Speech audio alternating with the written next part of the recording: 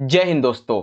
बहुत बहुत स्वागत है आप सभी का आज की इस वीडियो में। और आज की ये वीडियो बहुत ज्यादा इंपॉर्टेंट होने वाली है क्लास 11th के पॉलिटिकल साइंस के सब्जेक्ट के लिए।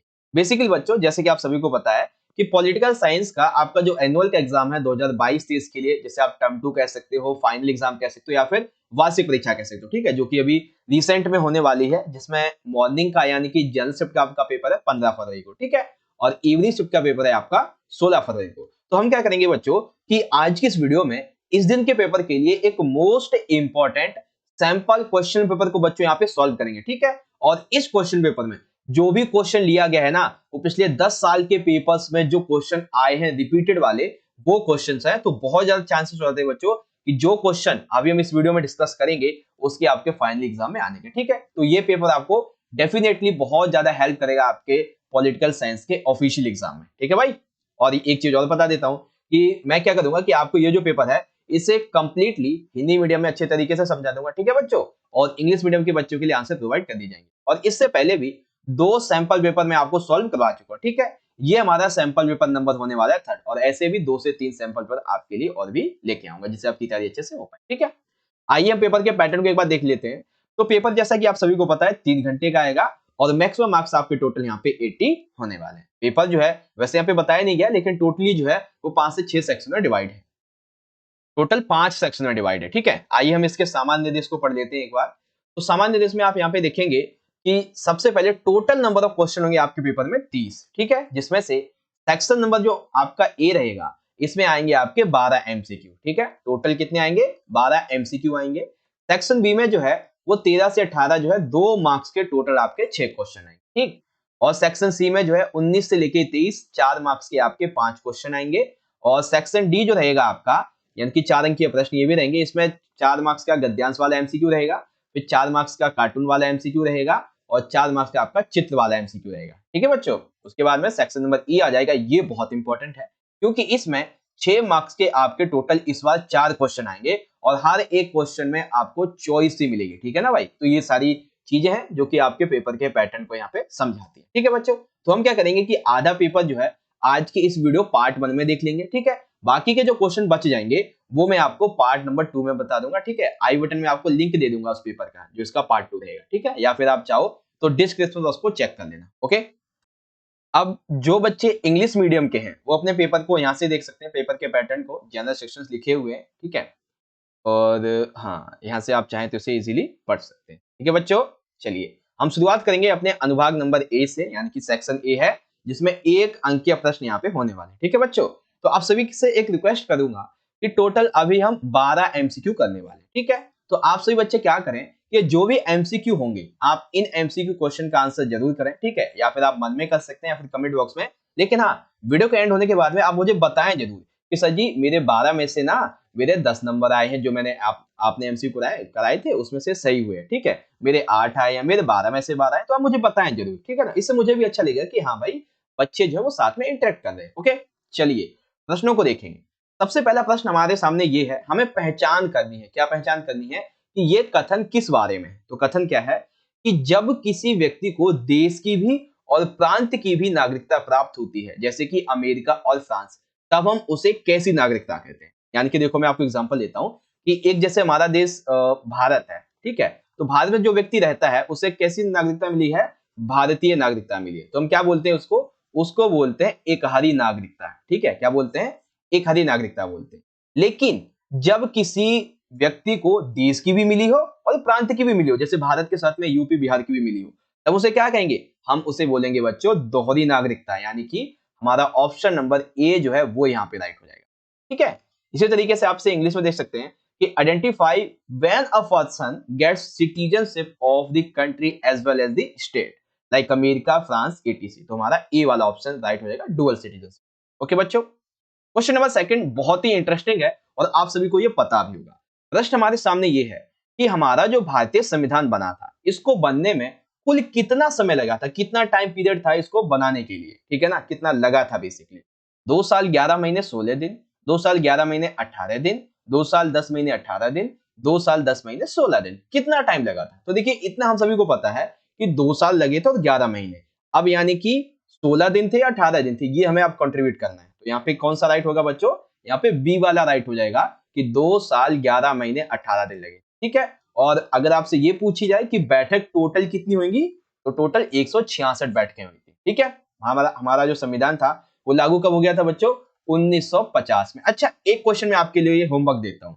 आपको क्वेश्चन में ये बताना है कि जब भारतीय संविधान लागू हुआ तब उस पे कितने व्यक्तियों ने टोटल साइन किया था। ठीक है, टोटल कितने व्यक्तियों ने साइन किया था, आपको क्या करना है, लिखना है क्वेश्चन नंबर 2 और आंसर बताना है कि जब भारतीय संविधान 1950 को पूरी तरीके से लागू हुआ तब उस समय कितने व्यक्तियों ने साइन किए थे। ठीक है, आपको ये बताना है आंसर में। ओके, तो समझ में आ गया आप सभी को? ये क्वेश्चन नंबर सेकंड, मैंने आपके लिए क्वेश्चन भी दिया homework. Okay, how long did it take the make the constitution, that is 2 years 11 months and 18 days। Okay, question number है हमारे सामने थर्ड कि जो भी अंतरराज्यीय विवाद होते हैं इनको सुलझाने की शक्ति किसके पास होती है। फॉर एग्जांपल मैं यहाँ पे बात करता हूँ यूपी और बिहार। ठीक है, यूपी और बिहार के बीच में किसी बात को लेके जो सरकार है इसको लेके हो गया है विवाद, तो अब इस विवाद को कौन सुलझाएगा?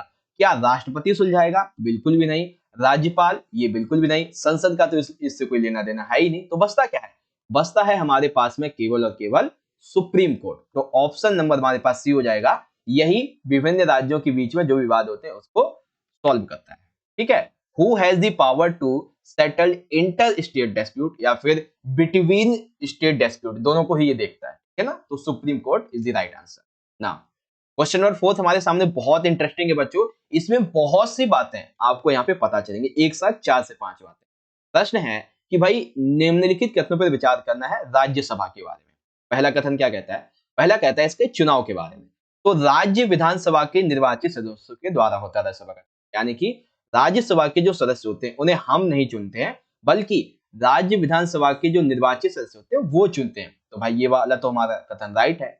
दूसरा क्या है? हम राज्यसभा को ऊपरी सदन भी बोलते हैं या फिर राज्यों की एक तरीके से परिषद भी कहते हैं। ठीक है ना, तो अगर आपसे ये पूछा जाए कि भारतीय संघीय व्यवस्था में ऊपरी सदन किसे कहते हैं या फिर राज्यों की परिषद किसे कहते हैं, तो याद रखेंगे क्या है वो?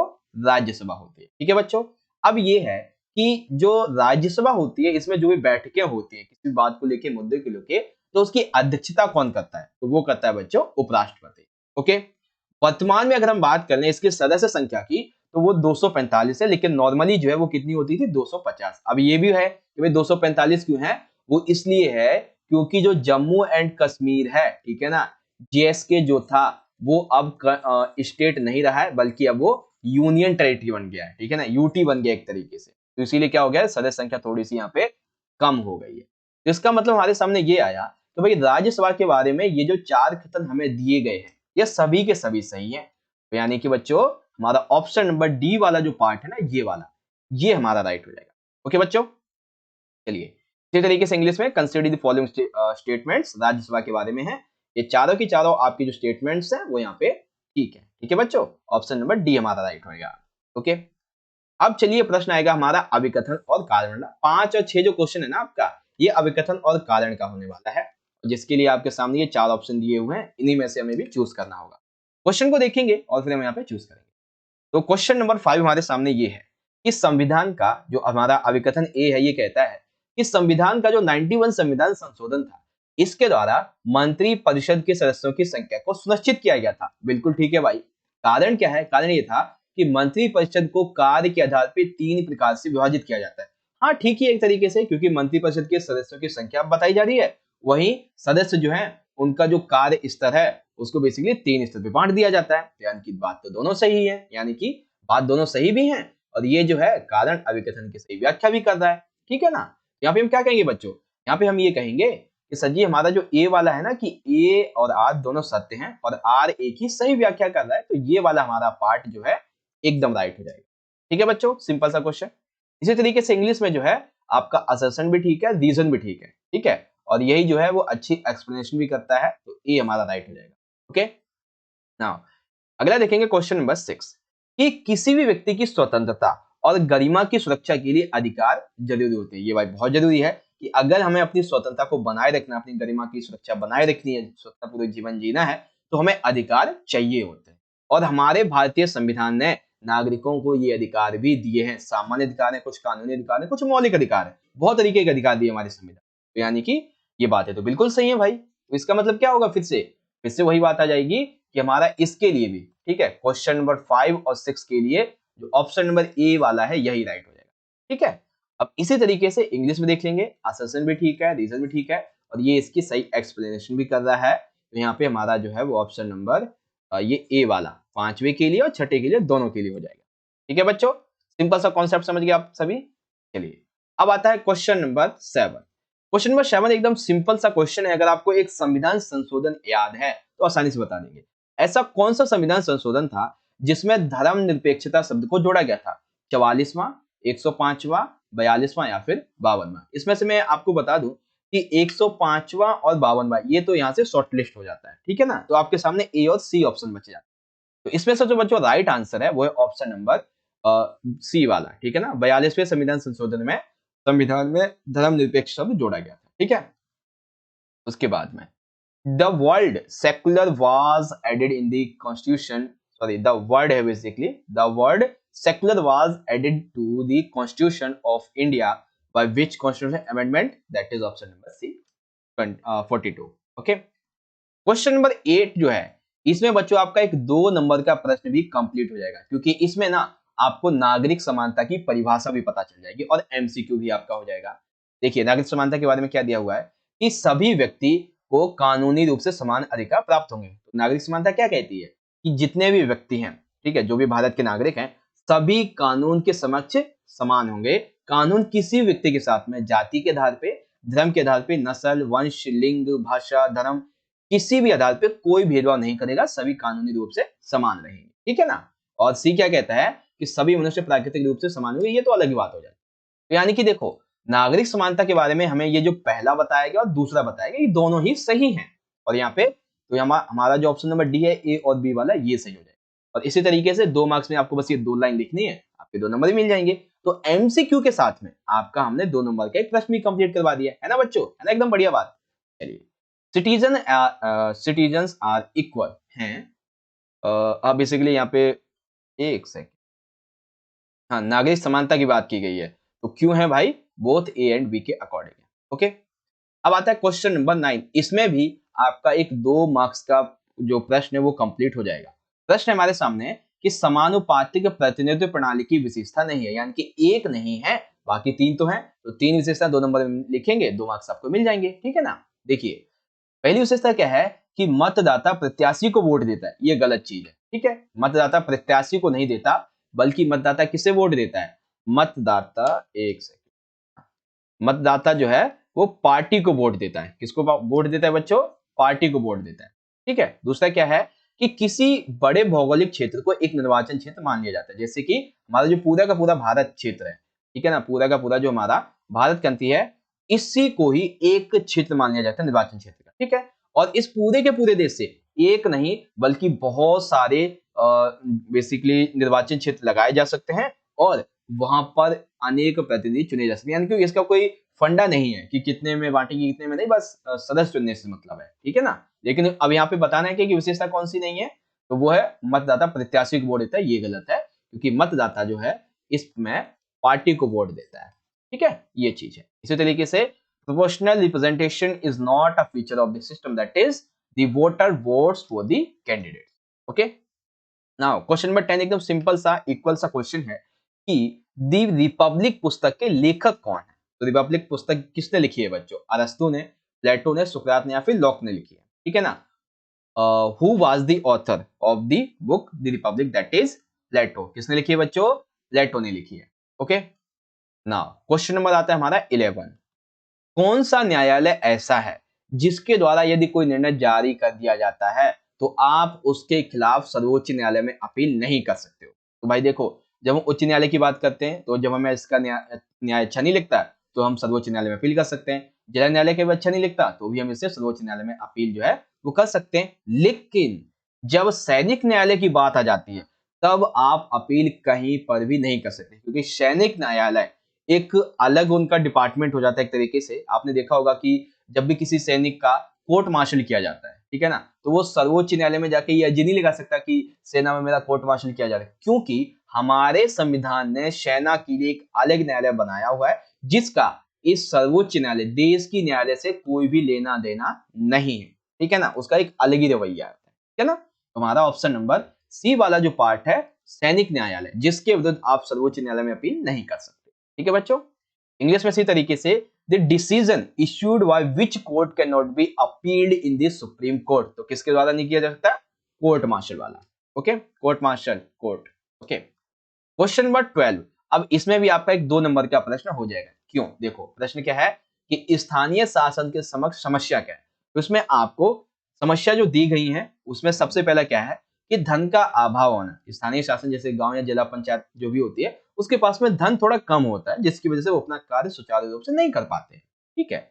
बी ये है कि जनता का जागरूक ना होना, क्योंकि जनता जो होती है इससे बहुत सारी बातें नहीं पता होती, वो जागरूक नहीं है, शिक्षित नहीं है अपने शासन को लेकर, इसीलिए लोग जो है लोगों को जागरूक ही नहीं कर पाते। स्थानीय शासन का महत्वपूर्ण महत्व क्या होता है, ठीक है। तीसरा क्या है कि आय से अधिक खर्चा होना, भाई ये तो बहुत जरूरी, बहुत बड़ी समस्या है, क्योंकि जितना खर्चा स्थानीय शासन के जो निकाय होते हैं उनको मिलता नहीं है उतना ज्यादा तो उनका खर्च हो जाता है, ठीक है ना। यहाँ पे क्या मतलब हुआ, यहाँ पे मतलब हुआ हमारा डी वाला जो ऑप्शन है ये राइट हो गया, और इसी तरीके से आपका 2 नंबर का प्रश्न भी राइट हो गया, ठीक है ना। तो what is the problem with the local government, ठीक है ना, तो लोकल गवर्नमेंट की क्या प्रॉब्लम है, तो ऑल ऑफ द अबव है, ओके भाई। आगे समझ में आप सभी को अच्छे तरीके से। तो ये थे हमारे कुछ एमसीक्यू क्वेश्चंस, जिसे मैं आपको एक बार दोबारा से रिवाइज करवा देता हूँ ताकि आप भूलें नहीं, ठीक है ना। तो देखिए मैं दोबारा रिवाइज करवा देता हूँ। जब किसी व्यक्ति को एक देश की भी और किसी प्रांत की भी नागरिकता प्राप्त होती है तब उसे दोहरी नागरिकता बोलते हैं, ठीक है। अब आप एकदम रिवीजन करेंगे अच्छी तरीके से, ठीक है। भारतीय संविधान को बनाने में कुल जो समय लगा था वो कितना था बच्चों, 2 साल 11 महीने और 18 दिन लगा, ठीक है ना। How did long it take make the Indian constitution, that is option number B, ठीक है। अंतरराज्यवादों को सुलझाने की शक्ति किसके पास होती है बच्चों, सुप्रीम कोर्ट के पास में होती है। Who has the power to settle inter state and state between dispute, that is power किसके पास में, सुप्रीम कोर्ट के पास में। राज्यसभा के बारे में आपको ये 4 ऑप्शन दिए गए थे बच्चों, आपके चारों के चारों ही ऑप्शन सही थे, ऑप्शन डी राइट था, ठीक है। इसी तरीके से आप इसे यहाँ पे देख लेंगे और ये जो है वो हमारा राइट हो गया, ऑप्शन नंबर डी। अभिकथन कारण की जब हमने बात देख ली थी, यहाँ पे जो हमारा अभिकथन वगैरह था, ठीक है ना, अभिकथन वगैरह ये सब ठीक थे, और यहाँ पर जो है व्याख्या भी हमें देखने को मिली थी, ठीक है। इसी तरीके से ये भी था और इसमें भी व्याख्या में देखने को मिली थी, ओके। अब क्वेश्चन नंबर 7 था कि भारत के संविधान में धर्मनिरपेक्ष शब्द कब जोड़ा गया था, तो 42वें संविधान संशोधन, ठीक है ना। तो सेकुलर वर्ड किस कॉन्स्टिट्यूशनल अमेंडमेंट के द्वारा जोड़ा गया था, 42। क्वेश्चन नंबर 8 क्या था, नागरिक समानता क्या होती है, तो ये दोनों पार्ट ए और बी सही थे हमारे, यानी कि डी हमारा राइट था, ठीक है। सिटीजन्स आर इक्वल, यानी कि A and B right, option number D is right, okay. ये हम क्विक रिवीजन कर रहे हैं एक बार। समानुपाती प्रतिनिधित्व प्रणाली की विशेषता कौन सी नहीं है, वो ये है भाई कि मतदाता प्रत्याशी को वोट देता है, ये गलत है क्योंकि मतदाता पार्टी को वोट देगा, ठीक है। Proportional representation is not a feature of the system, the voter votes for the candidate, that is not feature, okay, because of the voter vote for the party, okay. The Republic पुस्तक के लेखक कौन है भाई, प्लेटो है, यहाँ पे option B right हो जाएगा। 11 में दिया हुआ है कि ऐसा कौन सा न्यायालय होता है जिसके द्वारा जारी किया गया कोई भी निर्णय जो होता है उसके विरुद्ध आप सर्वोच्च न्यायालय में अपील नहीं कर सकते, तो वो होता है सैनिक न्यायालय, ठीक है ना। That is the decision issued by which court can not be appealed in the supreme court, court martial, ठीक है। एंड स्थानीय शासन के समक्ष समस्याएं क्या है, तो डी है, और ये हमारा यहाँ पे ऑप्शन डी, ठीक है भाई। तो यहाँ पे हमने जितने भी हमारे 12 एमसीक्यू थे हमने पढ़े भी, समझे भी और क्विक रिवीजन भी कर लिया। अब आप सभी को मुझे आंसर में बताना है, ठीक है। आप सभी को मुझे सबसे पहले तो कमेंट करना है और बताना है कि सर जी 12 में से मेरे इतने मार्क्स आए, ठीक है। जरूर बताएं कि सर आप मेरे कितने मार्क्स आए, ठीक है बच्चों। चलिए अब आता है हमारा सेक्शन नंबर बी, जिसमें हमारे 2 अंक के प्रश्न होंगे, टोटल 2 मार्क्स के यहाँ पे 6 होने वाले। आइए समझते हैं अच्छे तरीके से यार क्वेश्चन को। क्वेश्चन हमारे सामने ये है, क्वेश्चन नंबर 13 सबसे पहले, कि स्वतंत्रता के आदर्श के रूप में नेल्सन मंडेला की आत्मकथा का क्या नाम है तथा उसमें क्या लिखा गया था, ठीक है। तो यानी कि हमें नेल्सन मंडेला की आत्मकथा बतानी है, और आत्मकथा जो है वो जो नाम है उनकी पुस्तक का, उसमें क्या कहा गया ये भी बताना है, ठीक है। तो आत्मकथा का नाम क्या है बच्चों, नाम है लॉन्ग वॉक टू फ्रीडम, जिसे हिंदी में कहते हैं स्वतंत्रता की एक लंबी यात्रा, ठीक है। नेल्सन मंडेला की आत्मकथा का क्या नाम है, लॉन्ग वॉक टू फ्रीडम, और हिंदी में कहें तो स्वतंत्रता के लिए लंबी यात्रा, बेसिक, ठीक है।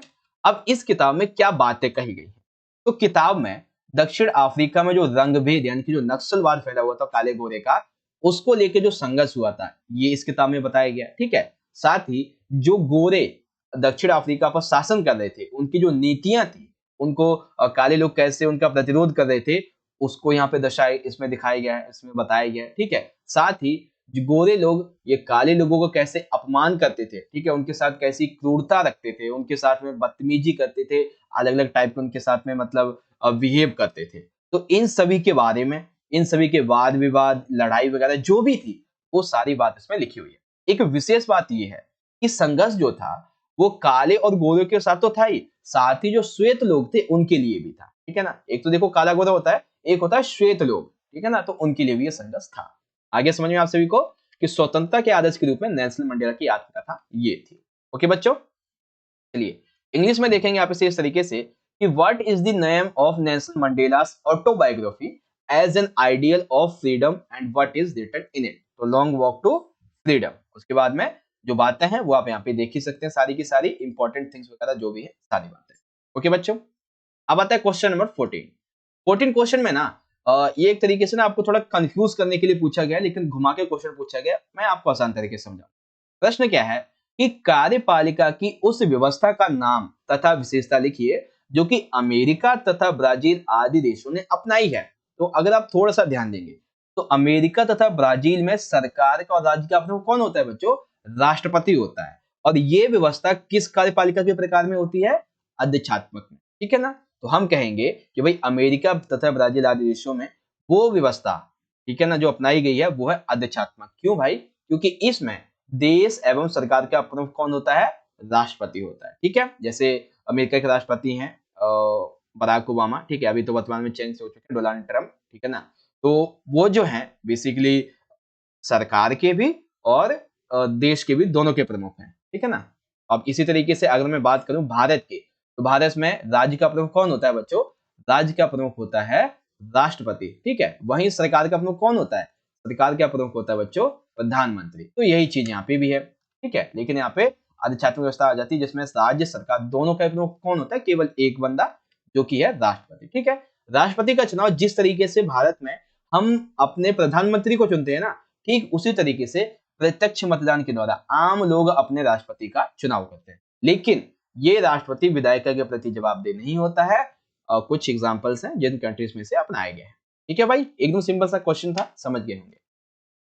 चलिए इंग्लिश में देखेंगे कि right the name and feature of this system of executive which has been adopted in countries like America and Brazil. तो क्या बोलता है? प्रेसिडेंशियल। क्या क्या बातें उसमें होती हैं? जिसमें हेड जो होता है स्टेट का एंड गवर्नमेंट का वो कौन होता है? प्रेसिडेंट होता है।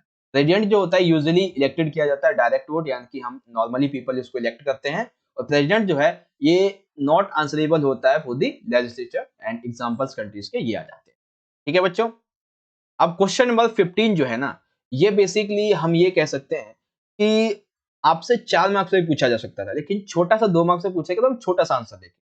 प्रश्न क्या है कि सामाजिक न्याय को स्थापित करने के तरीकों में विशेष जरूरतों का विशेष ख्याल की विवेचना कीजिए। यानी कि जब सामाजिक न्याय को स्थापित किया जा रहा होता है तो उस समय विशेष जरूरतों का जो विशेष ख्याल सिद्धांत है ये क्या होता है ये मैं समझा, ठीक है भाई। तो देखो जैसा कि नाम से पता चलता है विशेष जरूरतों का विशेष ख्याल, यानी कि जब भी हम पारिश्रमिक का, कर्तव्यों का, अवसरों का या किसी भी चीज का वितरण करें तो हमें यह देखना चाहिए कि जो लोग हैं क्या उन्हें कुछ खास या फिर कुछ विशेष जरूरत तो नहीं है। जैसे एग्जांपल के लिए हम मान लेते हैं कुछ ऐसे लोग जो विकलांग लोग हैं, ठीक है ना, कुछ ऐसे लोग जो चल नहीं पाते, कुछ देख नहीं पाते, कुछ सुन नहीं पाते। तो ऐसे में उनके साथ में हमें थोड़ा क्या करना चाहिए, उनकी ये जो विशेष जरूरतें हैं इसका हमें ख्याल रखना चाहिए। जैसे एग्जांपल के लिए मैं मान लेता हूँ, जैसे ये एक विकलांग बंदा है, ठीक है, और एक जो नॉर्मल बंदा होता है।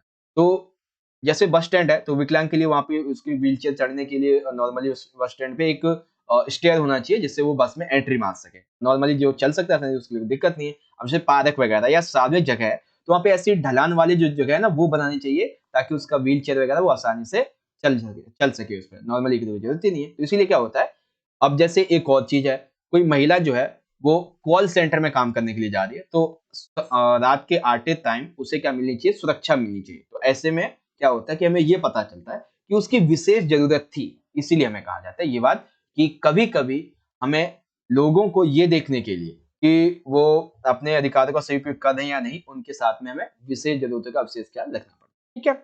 ये जो सिद्धांत है ये सिद्धांत समान बर्ताव का सिद्धांत, एक जैसे लोगों के साथ में एक जैसा बर्ताव करना, उसका एक विस्तार है। क्यों भाई? क्योंकि जैसे समान लोग होते हैं, एक जैसे लोग, जैसे हम लोग हैं, तो हम लोगों के साथ में ये जो बर्ताव होता है, इसमें ये बात की जाती है कि जो लोग अलग हैं, जैसे विकलांग लोग, महिला लोग, इनके साथ में थोड़ा अलग बर्ताव किया जाना चाहिए। क्यों भाई? जिससे उन्हें सुरक्षा मिल पाएगी। तो ये सारी बातें हैं। ओके, अब इंग्लिश में देखेंगे कि discuss the special consideration of special needs in the way of establishing social justice. तो स्पेशल केयर प्रिंसिपल क्या है, इसकी जो मेन कॉन्सेप्ट्स हैं, जो कि ऑलरेडी मैं आपको समझा भी चुका हूं, तो वो आपके यहाँ पर ये आ जाते हैं। ठीक है भाई, और बाकी की सारी बातें आप सभी को समझ में आ ही गई। ओके, चलिए क्वेश्चन नंबर 6 की बात करते हैं। और ये प्रश्न बच्चों, जहां तक मुझे लगता है कि आपसे पेपर में 4 नंबर में आएगा। मैं 2 मार्क्स में बता रहा हूँ, लेकिन 4 में आ सकता है। प्रश्न हमारे सामने है कि भारतीय संविधान की, है ना, आपको भारतीय संविधान की कोई ऐसी 4 विशेषताएं बताती हैं जो इसे बाकी अन्य देशों के संविधान से अलग करती है। ठीक है ना, कोई ऐसी 4 विशेषताएं जो भारतीय संविधान को अन्य देशों के संविधान से अलग करे। कौन कौन सी हैं वो?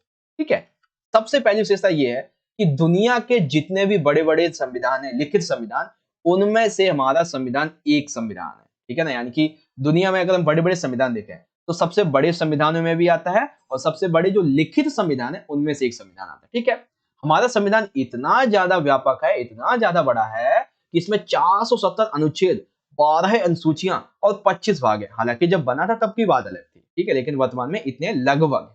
ओके, हमारे भारतीय संविधान में संसदीय शासन व्यवस्था को अपनाया गया है, जिसमें राष्ट्रपति, प्रधानमंत्री, मंत्रिमंडल, संसद ये होती हैं जो कि देश के शासन व्यवस्था को अच्छी तरह से चलाती हैं। ये हमारे भारतीय संविधान की एक बहुत बड़ी खूबसूरती होती है।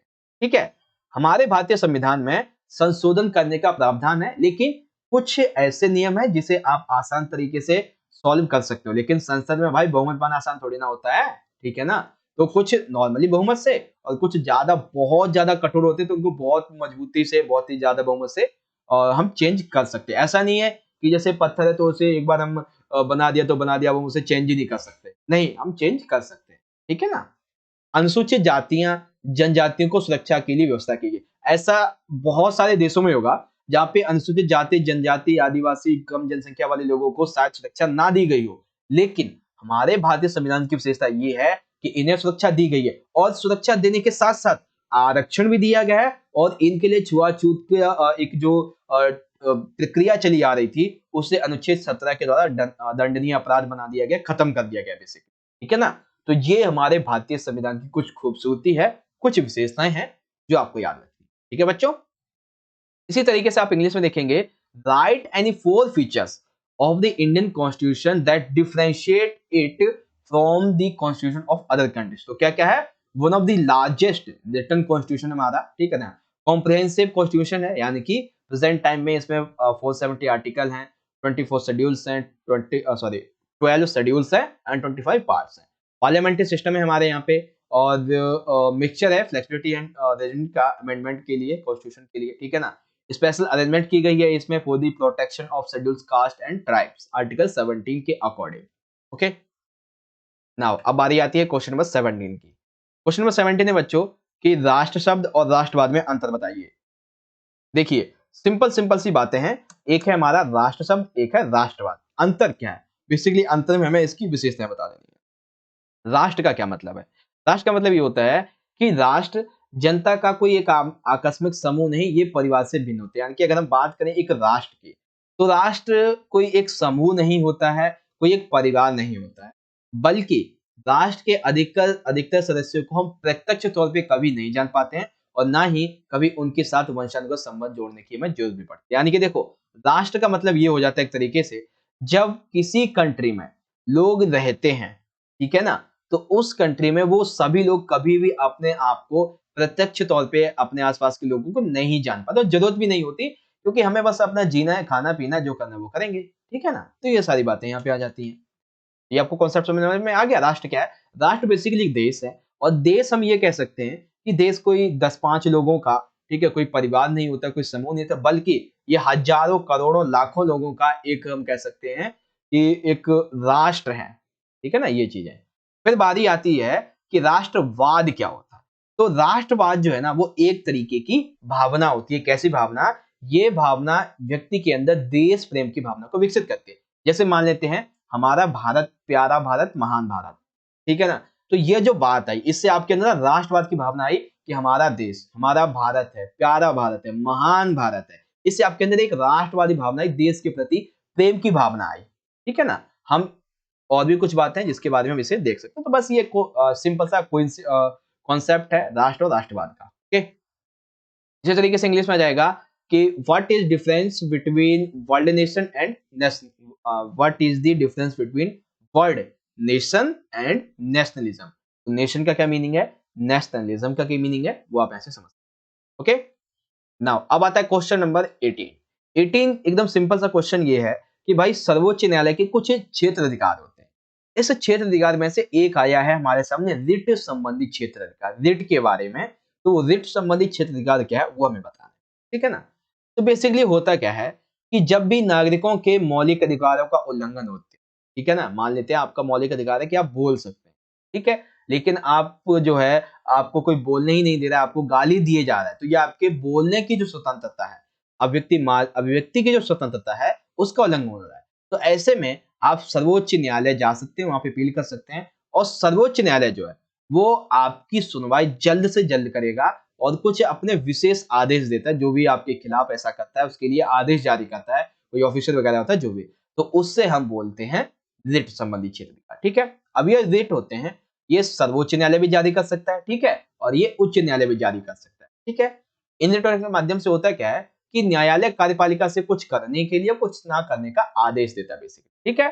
तो रिट संबंधित क्षेत्र अधिकार क्या होता है, ये जो नागरिक है उनके मौलिक अधिकारों के उल्लंघन होने पर ये विशेष आदेश जारी किए जाते हैं, जो कि कार्यपालिका के लोगों को कुछ करने के लिए कुछ ना करने का आदेश देते हैं, ठीक है भाई। इसी तरीके से आप यहाँ पे देख लेंगे कि describe the writ jurisdictions of the supreme court.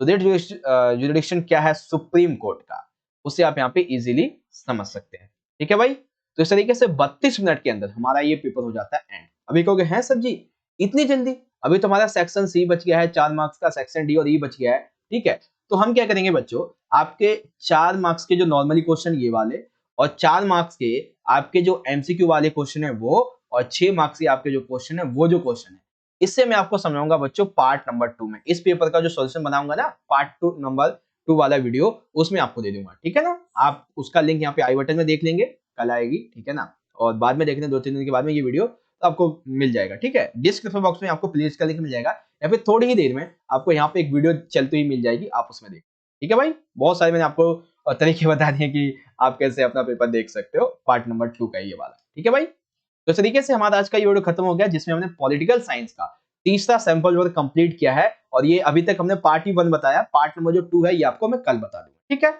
बाकी एक चीज आपसे कहना चाहूंगा कि आप सभी को आपके पॉलिटिकल साइंस के आपके पेपर के लिए मेरी तरफ से, मेरे पूरे चैनल की टीम की तरफ से ऑल द बेस्ट, ठीक है।